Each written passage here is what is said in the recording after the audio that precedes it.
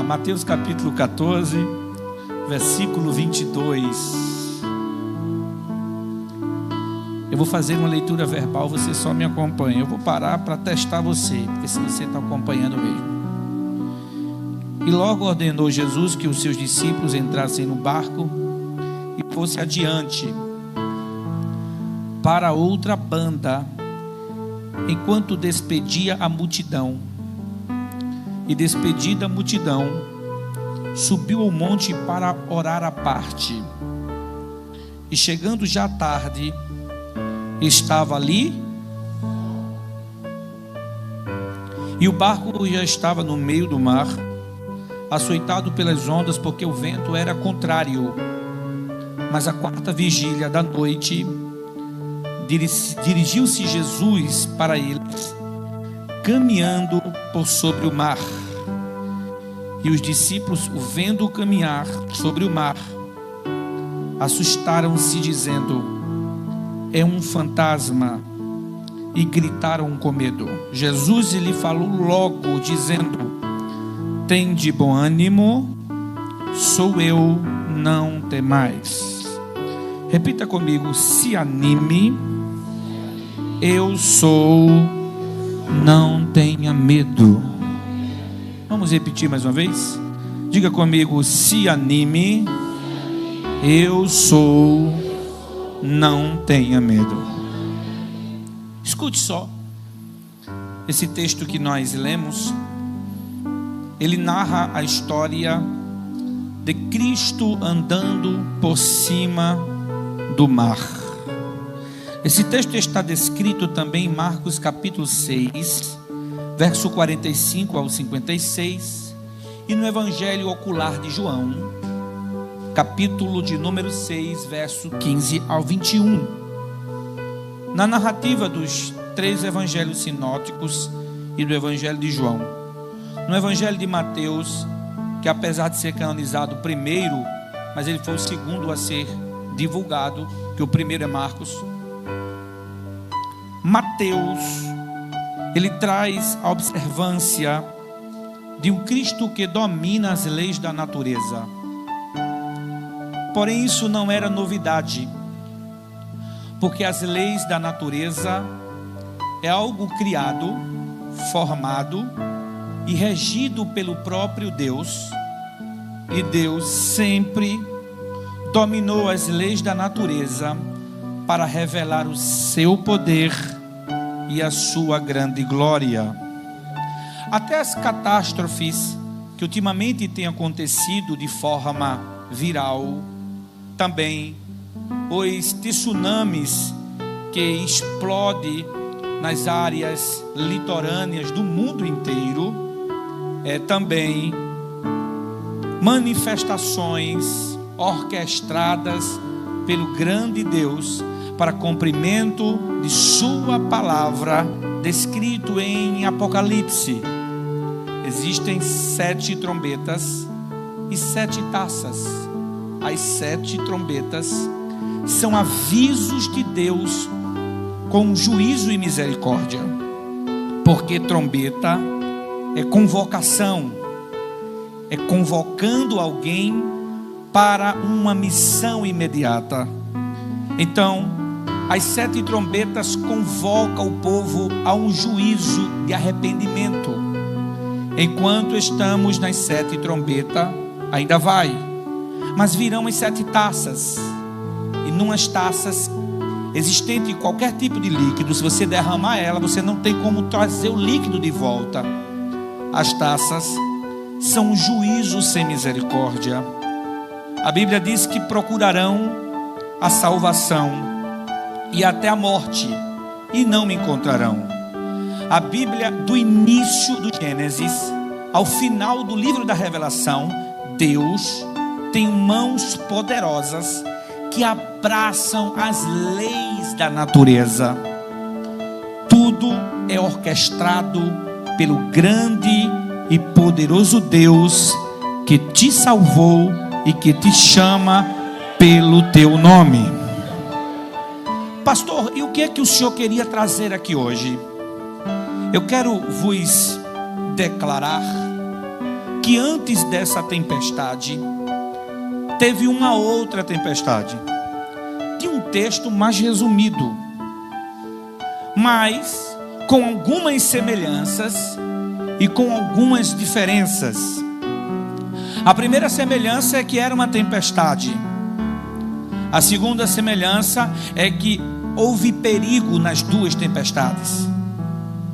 Agora, a primeira não semelhança dos textos é que Jesus opera dentro do barco, e a outra, Jesus opera fora do barco. Repita comigo: Jesus opera dentro do barco, e a outra, Jesus opera fora do barco.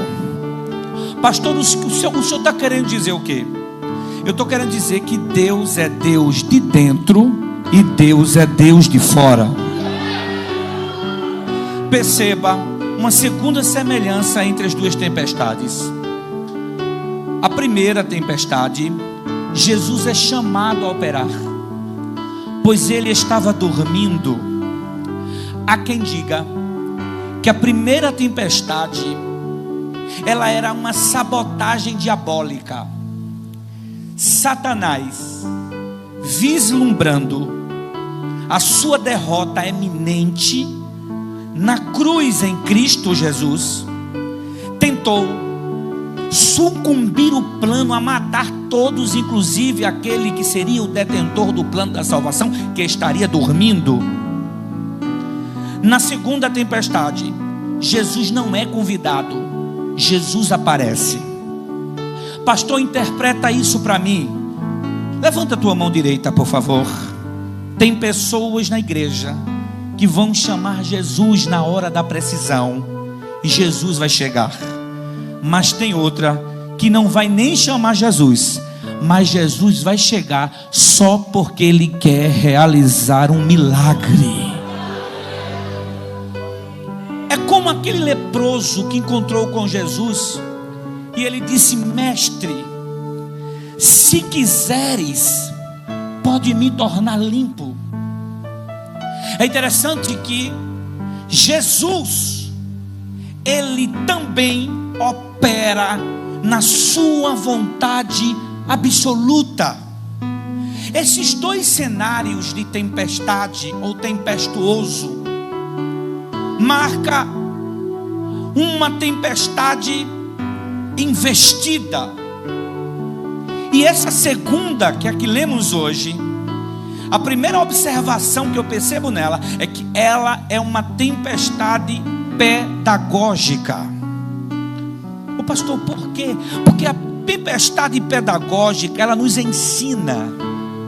Então olha para o teu irmão e diga: tem tempestade que vai acontecer na tua vida por investida do diabo, mas tem tempestade que é Jesus que vai patrocinar ela só para te ensinar. Agora tem uma tempestade que não é nem pedagógica e não é nem uma investida. É aquela tempestade que você procurou. Ninguém dá glória nessa hora, né? É aquela tempestade que não haveria necessidade de você passar por ela, mas que depois você quer atribuir ela a Jesus, quando essa tempestade vai te ensinar, mas debaixo de consequências, debaixo de fortes dores. Mas independente de qual seja a tempestade que você está passando, Jesus acaba te ensinando a não procurar mais tempestades como essa. Por favor, preste atenção comigo. Essas duas tempestades, ela tem as suas diferenças, como também tem as suas semelhanças. Mas o primeiro ponto interessante que eu percebo nessa tempestade é o versículo 22. E o texto diz que e logo Jesus ordenou que seus discípulos entrassem no barco e que eles fossem na frente. Enquanto ele despedia a multidão, está claro no texto que Jesus é o que idealiza o movimento anti-tempestade. Agora, ele diz que os discípulos fossem adiante para outra banda, porque lá Jesus se encontraria com eles. Preste atenção. Jesus não te prometeu primeira classe. Olhe para o seu irmão e diga: Jesus, Ele não prometeu um cruzeiro. Quem já foi para um cruzeiro aqui? Quem já foi para um cruzeiro aqui? Tem tudo lá: campo de futebol, restaurante. E o nosso mal é que a gente, por saber que vem de Jesus a promessa, a gente pensa que Jesus vai botar o tapete para a gente passar. Mas a primeira observação que eu quero te trazer é que Jesus não te prometeu conforto e comodidade. Ele te prometeu que você vai chegar lá do outro lado. Ele não te disse que você iria de lancha, de jet. Seria bom você ir em oponente, mas a única promessa dele foi: vá, que eu vou me encontrar com você do outro lado. Pastor, resume aí: você não vai morrer. Por favor, escolhe uma pessoa do céu e diga: você não vai morrer. Você vai nadar, se preciso for, mas diga: você não vai morrer. Diga a ele: você não vai no conforto. Diga: você pode sentir frio, você pode se molhar, mas você não vai morrer. Pastor, por quê? Porque a gente está numa geração onde as pessoas estão pensando que servir a Deus é passar um final de semana num hotel de luxo. Mas esse não é o evangelho que Cristo prometeu a gente. Ele disse assim: vocês vão ser odiados pelo meu nome, vão perseguir vocês, vão tirar a vida de vocês, mas quem vencer, como eu venci, sentará comigo no meu trono junto com meu Pai. Querido, presta atenção. No início Deus não vai te falar como vai ser a viagem. Ele vai te falar que você vai viajar. Ele não vai dar detalhe como vai ser a tua chamada missionária, como é que você vai servir a Deus na Manancial Ágape. Ele não vai te explicar o caminho, porque, vamos ser sinceros, se Jesus tivesse me explicado, pastor, o que eu ia passar, eu não ia nem lhe conhecer. Carreira quem ia dar era eu. Mas ele nunca se revela no início. Já percebeu isso?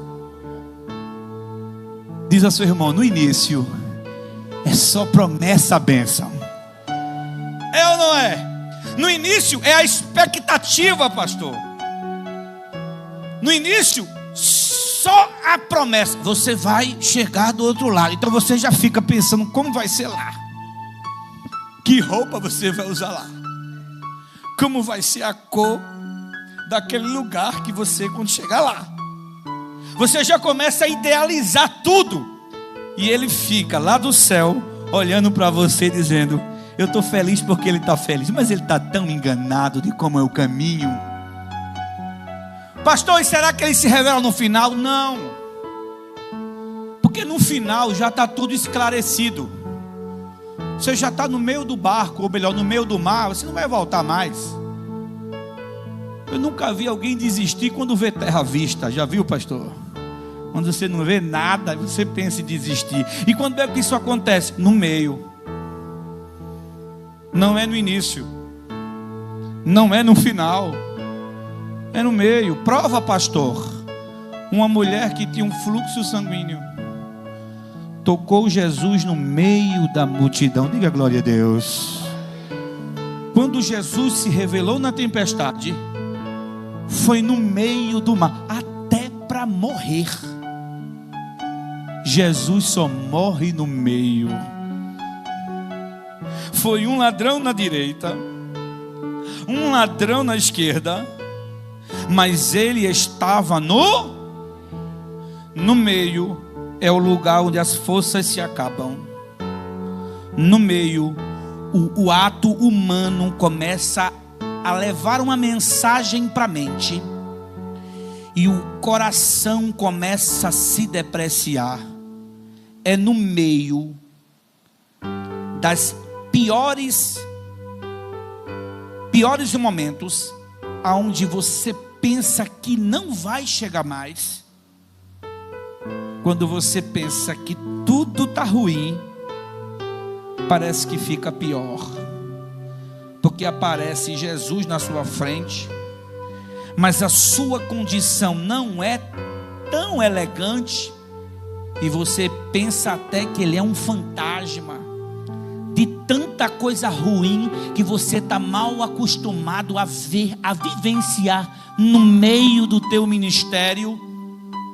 Mas Jesus chega no meio para te dizer que você nunca esteve sozinho, e que essa tempestade na tua vida e no teu ministério é para te projetar ao crescimento. Você pode aplaudir ao nome do Senhor Jesus.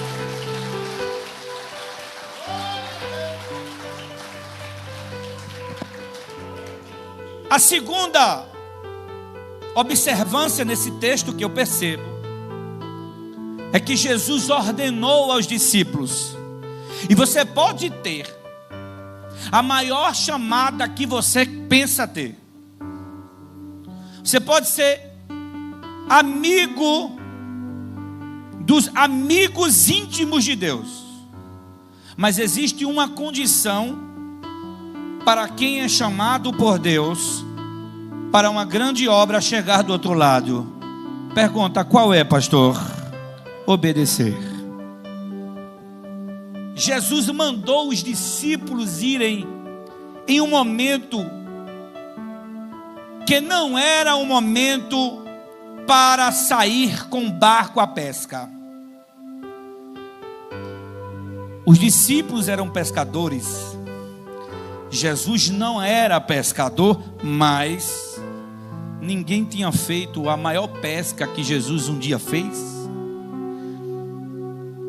Parece que eu vejo a cena, os discípulos tirando o barco, e os outros pescadores que não serviam ao Galileu perguntavam entre si: o que é que aqueles loucos estão fazendo? Eles não estão percebendo que hoje o mar não dá. É perigoso ir. E sabe o que é que Jesus me ensina aqui de primeira instância? Nem sempre, para que a ordem de Deus venha, é preciso que o momento esteja bom. Diga glória a Jesus por isso. Os discípulos entram no barco, vão para o mar, e Jesus diz: eu vou me encontrar com vocês do outro lado. Para você entender rapidamente, nós estamos falando de um mar que não é mar. Estamos falando de um lago gigante, de 20 quilômetros de espessura em sua amplitude, e que desenvolvia um sistema de pesca de água doce de aproximadamente 234 a 33 barcos que viviam daquela pesca. Você encontra esse mar nas Escrituras em vários momentos. Por exemplo, alguém dizia que era o mar de Tiberíades, outros o mar da Galileia, mas é um só mar. Esse mar, ele atingia suas cidades, e quem morava na cidade queria denotar o mar como se fosse da sua cidade. Eles tinham uma cultura de, mesmo sendo simples, era uma região da Galileia, mas eles valorizavam o pouco que eles tinham. E por ser lago, a pergunta que lhe vem logo à cabeça é essa: mas pastor, como é que é lago e tem tempestade? Como é isso? Porque as ondas eram encapeladas. As rochosas do pico, do outro lado do lago, descia água gelada. E quando batia nas águas quentes, acontecem os choques térmicos. Como no Oriente Médio é cheio de pedras e placas tectônicas, aquelas que provocam terremoto, haviam tremores e as ondas se encapelavam entre si. Tipo não é igual. Aquela do Rio São Francisco, que não tinha tempestade, mas aquele ator, ele acabou entrando dentro da água e só foi visto depois de morto em outro lugar. Eram ondas diferentes dessa do mar, mas eram ondas que levavam a pique pela extensão e a fundura do lago, que até hoje existe e subsiste sobre todos esses tempos. Jesus enviou os discípulos para o mar, e uma coisa que eu aprendi no meu pouco ministério: quando Jesus manda, Jesus se responsabiliza. Olhe para o seu irmão e diga: o que Jesus mandou, faça. Porque se foi Jesus que mandou, Ele se responsabiliza. Você pode dar glória a Deus aí? Pode dar aleluia? Pastor, a terceira observância desse texto é que o barco saiu. E o versículo 24 diz que o barco estava no meio do... Irmão, depois que saiu, não adianta churumingar. Porque no meio do mar você tem duas opções. Eu digo, se você disser, qual é, pastor? A primeira é invocar. E a segunda é murmurar. Quando você invoca, você traz Deus para perto. Não que Deus viria para perto. A sensação é daquela que quando você está num sinal e você está saindo, você pensa que o carro vai bater em você, mas não é o seu carro que deixou de debrear e o carro está indo. Você entende que Deus está vindo perto de você, mas é você que está chegando a Deus, porque a Bíblia diz: chegará-me a mim e chegarei a vós. Buscar enquanto se pode achar. Então a gente entende que Jesus chega a gente, mas é a gente que chega a Ele. Diga amém. Nesse momento, os discípulos estavam no meio do mar. E deixa eu te dizer uma coisa: quem disse que para Deus estar no controle tem que tudo dar certo?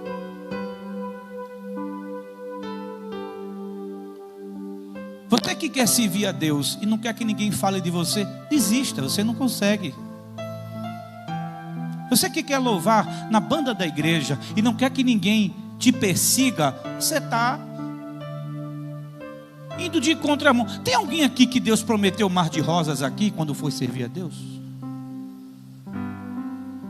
E por que a gente se incomoda tanto com a opinião de quem não nos comprou, de quem não nos lavou com sangue, de quem não pagou o preço pela gente? Olha para o teu irmão e se descansa, querido.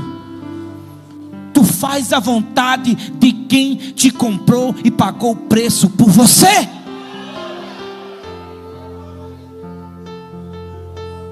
Sabe, tem hora que tem que ficar difícil mesmo. Vamos para as leis naturais da vida. O que seria do ruim se não fosse bom, pastor? Sabe por quê, pastor? Essas cadeiras são boas? Porque existem ruins. Sabe por que essas cadeiras são confortáveis? É você mais explícito. Sabe por que o pastor se preocupa com essa cadeira? Porque ele se preocupa com o teu conforto. Mas tem uns que não estão nem aí. O que seria do bom se não fosse o ruim? O ter, do não ter. Sabe? Tem momentos que você vai estar sozinho mesmo. Deixe de reclamar, porque quando você não invoca, você murmura. E quando você, porque não dá para acreditar que no meio de uma tempestade você fique calado. Você não é demente. Você tem que reagir. Não vem pagar, diz: não, eu fiquei caladinho, irmão. Não, eu sei que não. Nem que seja na tua mente, tu está lá, pronto para dar uma tapa no primeiro que aparecer na tua frente. Jesus te conhece, sabe que tu não é essa florzinha boa não. Eu posso falar, pastor mesmo, pastor? Meu Deus do céu, estou com medo, não estou na minha igreja. Calma, pastor Sadat. Sabe como é que os romanos faziam quando alguém matava alguém e era provado que aquela pessoa matou alguém? A pessoa morta era amarrada àquela pessoa, mão com mão, rosto com rosto. E a condenação não era ir para a cadeia, é ficar em casa mesmo. Mas ninguém queria o cara em casa, porque quando entrava em decomposição e putrefação, os líquidos daquele defunto que está perto de você, que está rostinho com você assim, ó, começava a causar infecção no seu próprio corpo, e a maioria dos condenados morriam infeccionados pela podridão daquele corpo ligado a ele.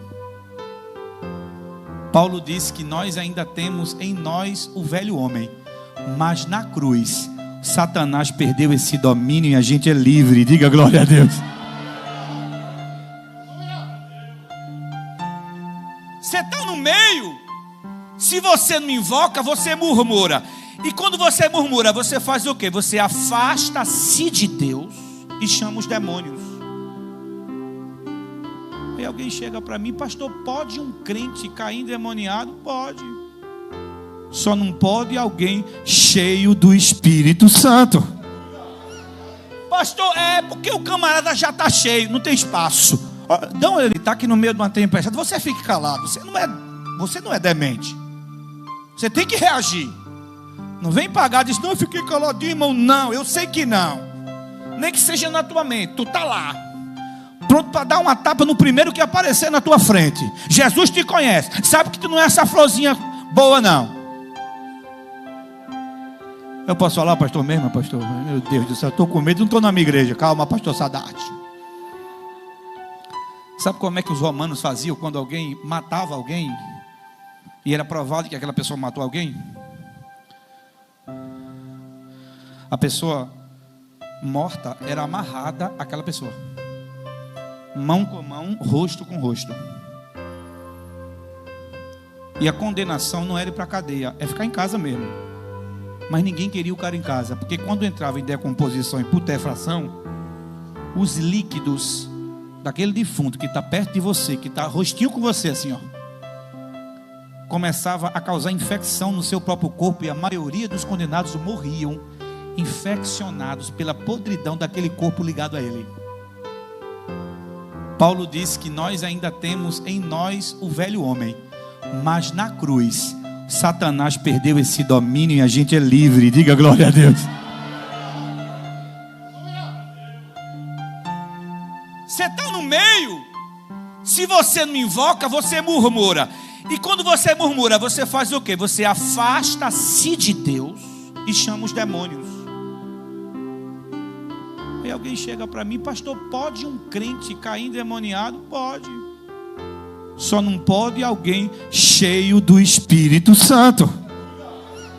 Pastor, é porque o camarada já está cheio, não tem espaço. Dá uma olhada para o seu irmão, diga: para os demônios não ficar querendo marcar lugar perto de você, diga ele: faça duas coisas. Agora diga ele na frente, porque é melhor dizer aquilo que dizer por trás.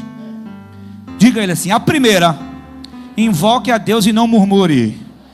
E a segunda, diga ele: e a segunda, pode melhorar. E a segunda,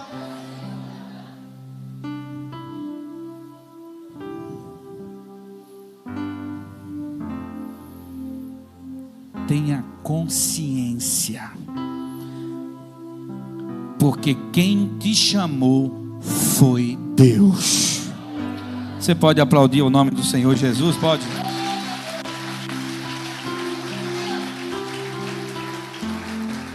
Nós fizemos 3 observações, e eu vejo algo fenomenal agora acontecer. E o que é?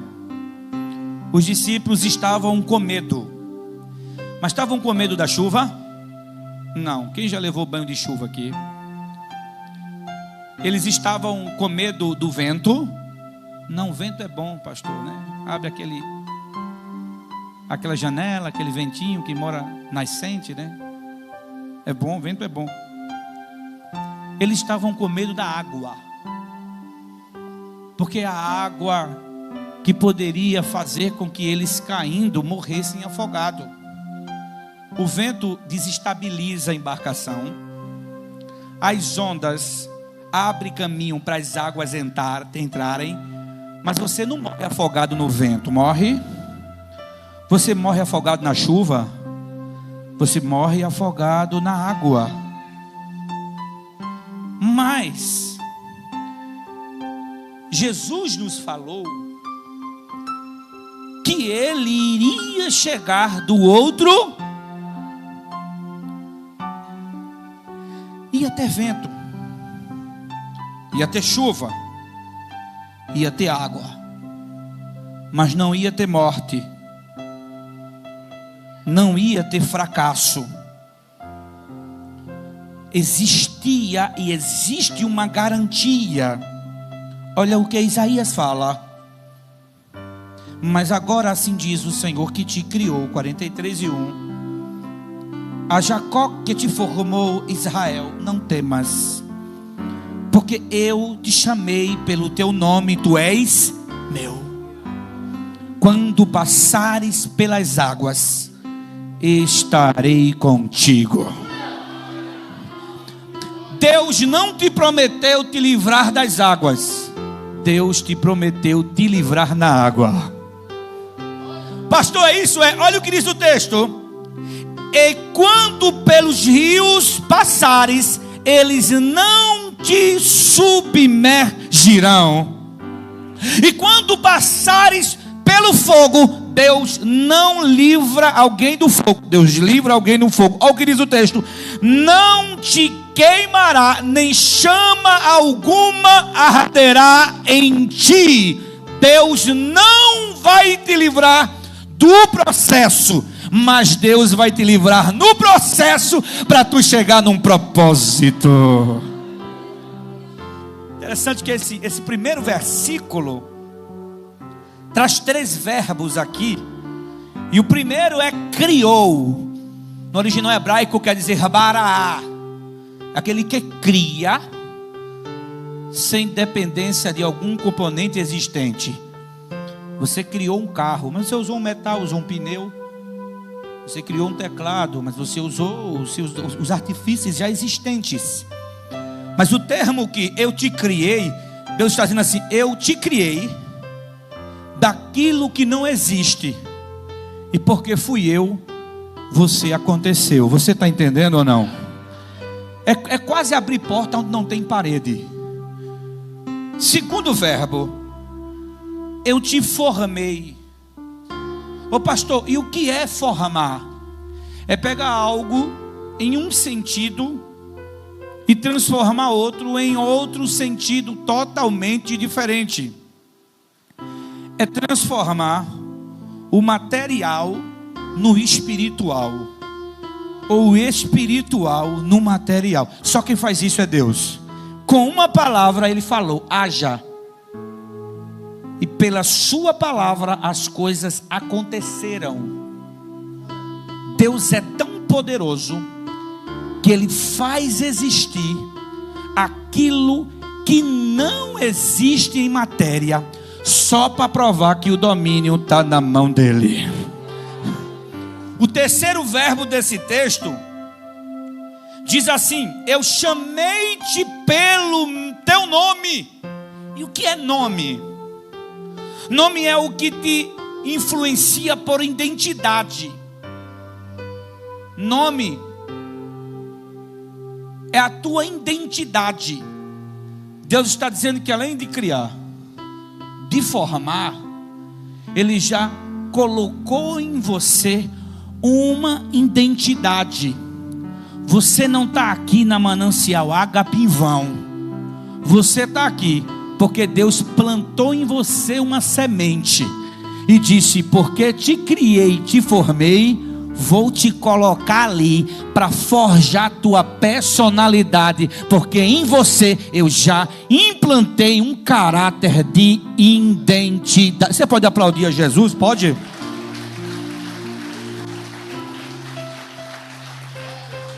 Eu caminho para o final, fazendo mais duas últimas observações. A primeira é que Jesus chegou na quarta vigília da... Por que ele não chegou na primeira? Por que ele não chegou na segunda? Por que ele não chegou na terceira? Eu estava estudando esse texto essa semana. Essa inspiração veio quando eu estava aqui já. E eu comecei a pensar: Senhor, por que na quarta vigília e não na primeira, não na segunda, não na terceira? E eu concluí uma coisa: não foi na primeira, porque ele não tinha marcado na primeira. Não foi na segunda, porque ele não tinha marcado na segunda. Jesus é tão poderoso que ele não precisa de secretário para marcar nada para ele. Quem precisa é a gente, que a gente não consegue dividir as tarefas. Jesus tem uma agenda no céu que ele já marcou. Ele marcou na quarta, porque ele tinha hora para chegar. Então olha para o teu irmão e diga a ele: não é na hora que você pensa que ele tem que vir, que ele vai vir. Então diga a ele: segura a tua onda aí, varão, que ele vai chegar no momento que ele entende que é necessário ele chegar. Pastor, e ele chegou, mas chegou como? Ele não chegou por baixo, ele só chega por cima. Mas por cima de quê? Ele chegou de avião? Não, porque eles não estavam com medo do céu.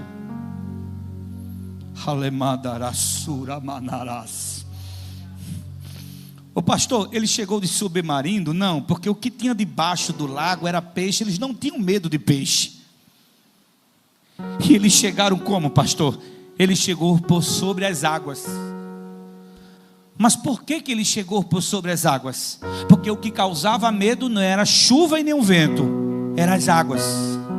E Jesus só chega por cima daquilo que te causa medo. Você não entendeu? Se você entendesse, você tinha glorificado mais alto. O que é que está te causando medo? É o horário que o teu filho está chegando em casa? Ou o horário que você pensa que ele chega e ele não chega? O que é que está te causando medo? É o jeito estovado que teu esposo tem de tratar os outros? E você pensa que a qualquer momento alguma coisa pode acontecer? O que é que está te causando medo? É você ser demitido lá na empresa que você trabalha? Enfim, o que está te causando medo? É de ver alguns amigos com seus casamentos sucumbindo e você pensa: será que vai acontecer isso comigo? Deixa eu te dizer uma coisa: Jesus vai vir exatamente por cima daquilo que te causa medo.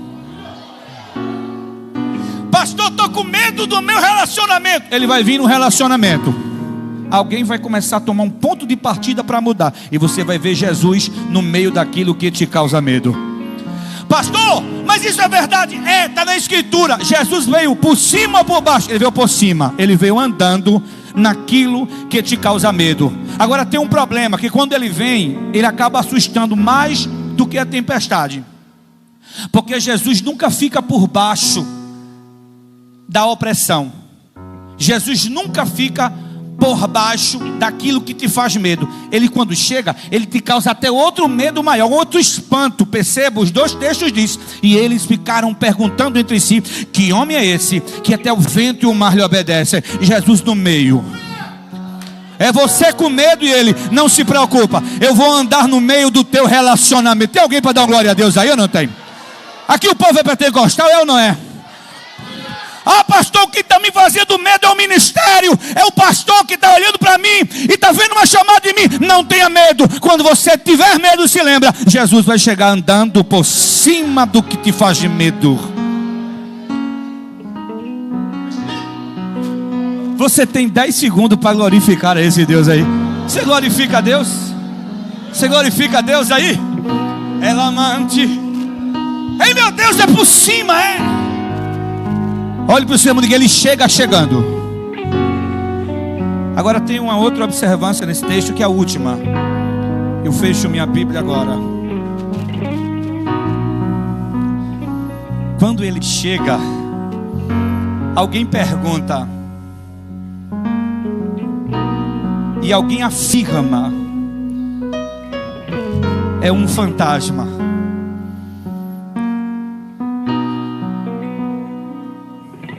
Não tenha medo de demonstrar as suas fraquezas. Não são as tuas fraquezas que vai fazer Deus fugir de você. Você lembra de Paulo? Por 3 vezes orei ao Senhor para que Ele me tirasse o espinho na carne, e o Senhor falou comigo e disse: a minha graça te basta, pois o meu poder se aperfeiçoa na fraqueza. Enquanto você pensa que não erra, que é forte, que é o cara, que é o...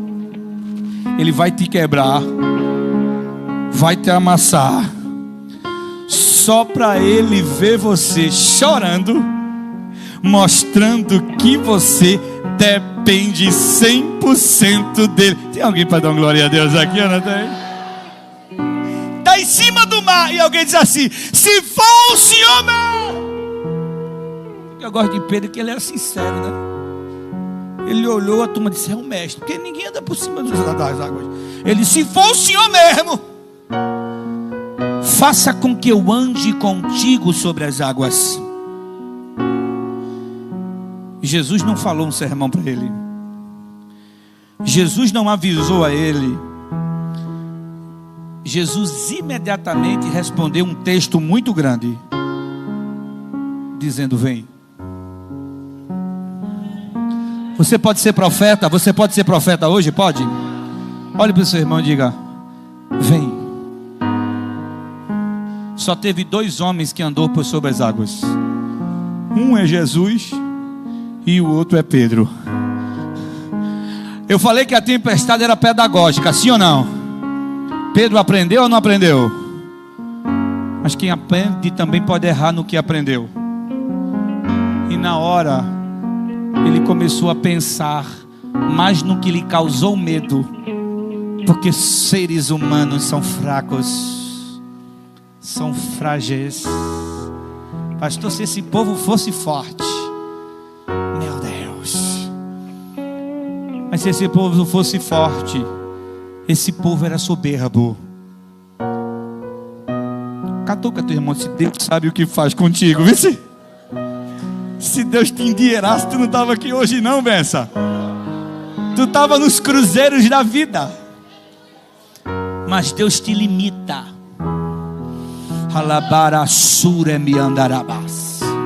É um dia na terra, outro dia no mar. No sufoco, Jesus chega para te socorrer, só para querer que você ande com Ele em cima daquilo que te causa medo. Pastor, é isso mesmo. Pedro foi, e Pedro andou.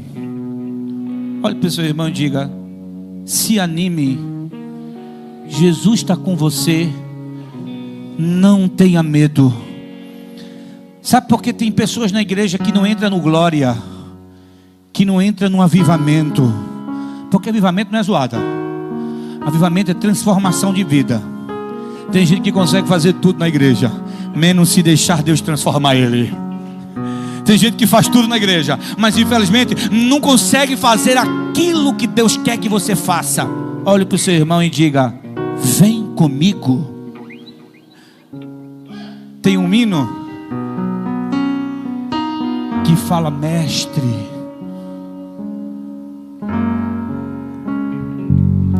parece que é assim, ó. Mestre, esse tom. O vento balançou meu barco.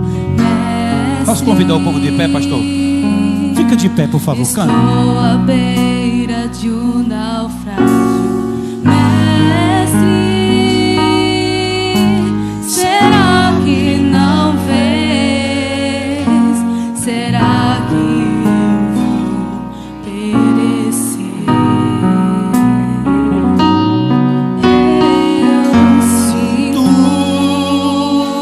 na pele o frio desse vento? Esse medo faz você entender que não vai passar na faculdade. Não estás me vendo. você está sentindo. Que estás logo ali. Você tem Jesus com você. Na proa Do meu barco a dormir. Cante. eu sei Que estou só. você não está só. Já posso crer que amanhã Já tem gente chorando aqui. Vai ser bem melhor. Por quê? só porque estás comigo eu posso clamar. Eu acredito. Você não vai morrer. Não vou naufragar. Não vai morrer. Só porque estás comigo eu posso clamar. Já tem gente sentindo a presença ali, ó. Tenho fé pra descansar nas ondas de um bravo mar. Sim, eu posso clamar. A vaga é sua. Mestre, Vem. vem me ajudar. Aramântica. Você pode glorificar o Sei Senhor. que não estou só e já posso crer que amanhã vai ser bem melhor. Só porque estás comigo eu posso clamar. Eu acredito, eu não vou naufragar. Só porque estás comigo eu posso clamar. Você não vai afundar. Já tenho fé pra descansar nas ondas de um bravo mar. Sim, eu posso clamar. Mestre, vem me ajudar. Só o fundo musical, só o fundo musical agora. Que Deixa eu profetizar para você. Deixa eu profetizar para você, por favor. Levanta a tua mão direita para cima, por gentileza. Deixa eu abençoar a tua vida. O pastor me liberou. O meu sacerdote esta noite me liberou. Deixa eu dizer algo de Deus para você. Você que quer uma vaga na área militar, você que sonha com isso, Deus está dizendo: por que você pensa que você não vai conseguir? Eles estão nas embarcações grandes. Elemante, ó, serrabia. O Espírito de Deus está aqui, nosso meio, irmãos. As pessoas dizem assim: irmão, estamos no mesmo barco. Estamos não, pastor, estamos no mesmo mar, mas embarcações são diferentes. Você não teve a preparação que alguém teve. Você não conseguiu estudar nas melhores escolas que alguém estudou. Mas Jesus está mandando eu dizer para alguém aqui hoje: mas você tem Jesus por você, andando em cima do mar.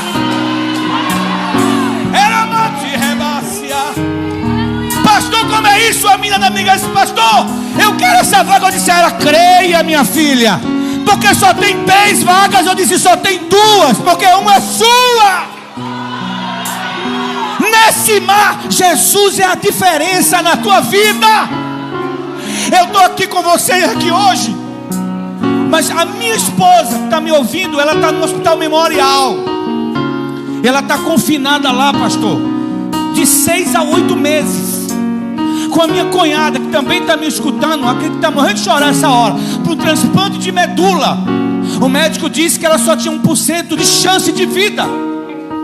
Você sabe o que é isso? Às vezes a gente junta tanto na terra para nada, porque a vida é tão pequena para tanta arrogância. Ela está lá. Eu tive que colocar minhas meninas para morar com a minha sogra. Eu vou sair daqui, você vai encontrar com sua família em casa, e eu estou sozinho em casa.